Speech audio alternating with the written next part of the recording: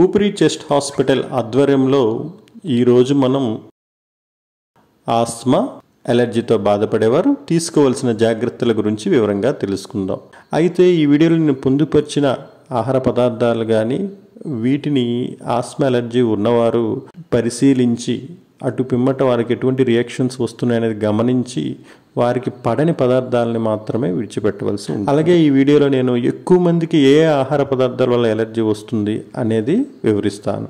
అలానే ఎటువంటి నియమాలు పాటించాలి అనే విషయాన్ని కూడా నేను మీకు విశదీకరిస్తున్నాను. మొదటగా కూరగాయల్లో వంకాయ, ఆనపకాయ, గోంగూర, పెసరపప్పు, కొబ్బరి చట్నీ, వేరుశనగ చట్నీలతో ఎక్కువ మంది ఎలర్జీ ఆస్మా అనేది వస్తుంది.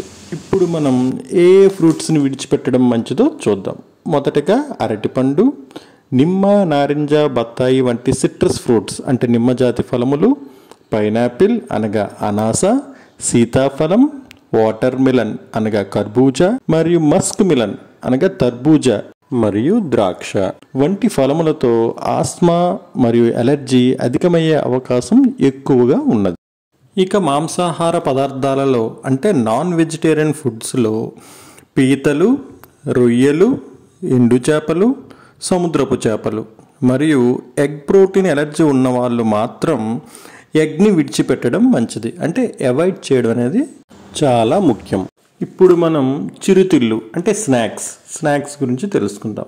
ముఖ్యంగా కలర్ ఏజెంట్స్ అంటే రంగు కారకాలు అద్దే ఎటువంటి మాంసాహార పదార్థాలైనా, స్వీట్స్ అయినా మరియు ఫాస్ట్ ఫుడ్స్ అయినా తీసుకోకుండా ఉండడం అనేది చాలా మంచిది. ముఖ్యంగా ఎజినోమోటో సోడియం మోనోగ్లూటమేట్ అనే ఏజెంట్ ఉండే ప్యాక్డ్ నూడిల్స్ని విడిచిపెట్టడం ఈ ఎలర్జీ ఆస్మా పేషెంట్లు చేయాల్సిన ముఖ్యమైన పని.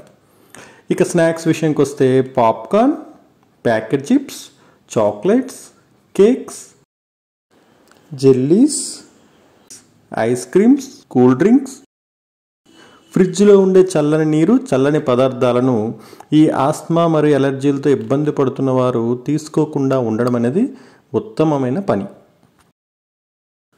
ఇప్పుడు మనం డైరీ ప్రొడక్ట్స్ గురించి తెలుసుకుందాం. డైరీ ప్రొడక్ట్స్ అంటే పాలతో తయారు చేసే పదార్థాలు మరియు పాల నుండి ఉత్పత్తి అయిన పదార్థాలను కూడా డైరీ ప్రొడక్ట్స్ అంటారు. ఈ డైరీ ప్రొడక్ట్స్ అనేవి కొద్ది మందిలో మాత్రమే ఎలర్జీని కలగజేయను. సో అటువంటి వ్యక్తులు మాత్రమే ఈ డైరీ ప్రొడక్ట్స్కి దూరంగా ఉండడం మంచిది. అయితే ఏ పదార్థాలని డైరీ ప్రొడక్ట్స్ అంటారో ఒకసారి చూద్దాం.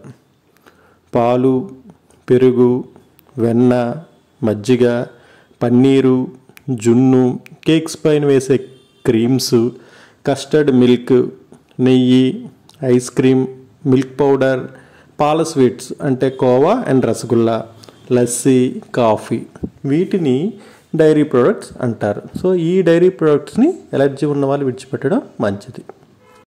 ఇందులో ముఖ్యంగా జున్ను వలన ఎక్కువ మందికి ఎలర్జీ వచ్చే అవకాశం ఉన్నది. ఇంతవరకు మనం ఆస్మాకి, ఎలర్జీకి తీసుకోవాల్సిన ఆహార నియమాల గురించి తెలుసుకున్నాం. ఇప్పుడు మనం ఆస్మాకి రావడానికి ప్రధాన కారణం ఏమిటంటే వాయు మార్గం అంటే పీల్చుకునే గాలి ద్వారా ఎక్కువగా ఆస్మా వస్తుంది. సో ఎటువంటి పదార్థాలను పీల్చుకోకూడదు, మనం ఎటువంటి జాగ్రత్తలు తీసుకోవాలి అన్న విషయం చూద్దాం.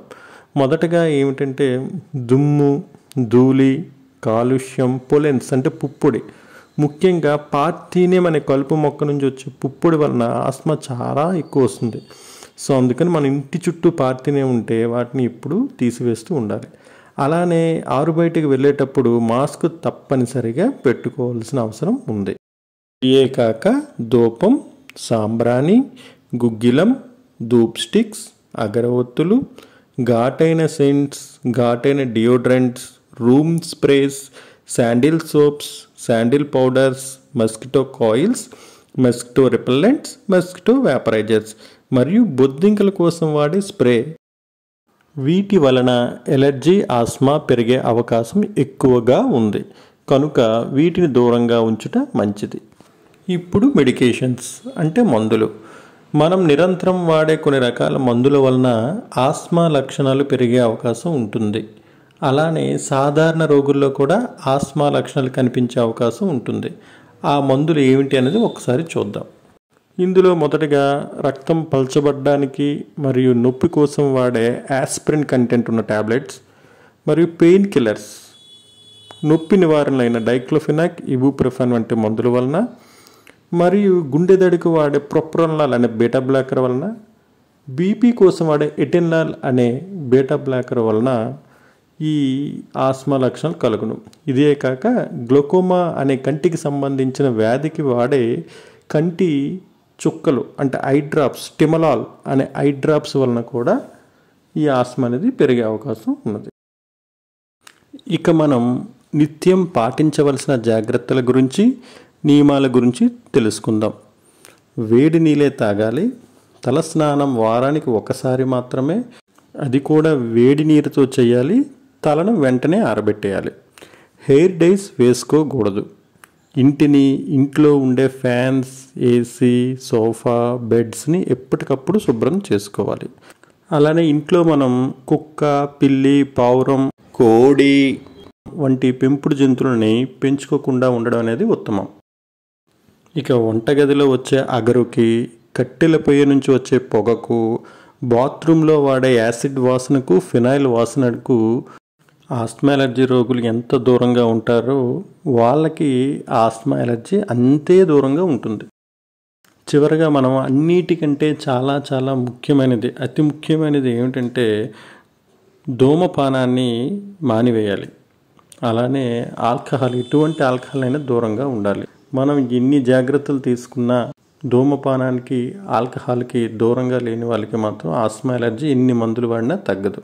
కనుక ధూమపానం, ఆల్కహాల్ అలవాటు ఉన్న వాళ్ళు ఈ రోజు నుంచే మానివేయడం ఉత్తమం.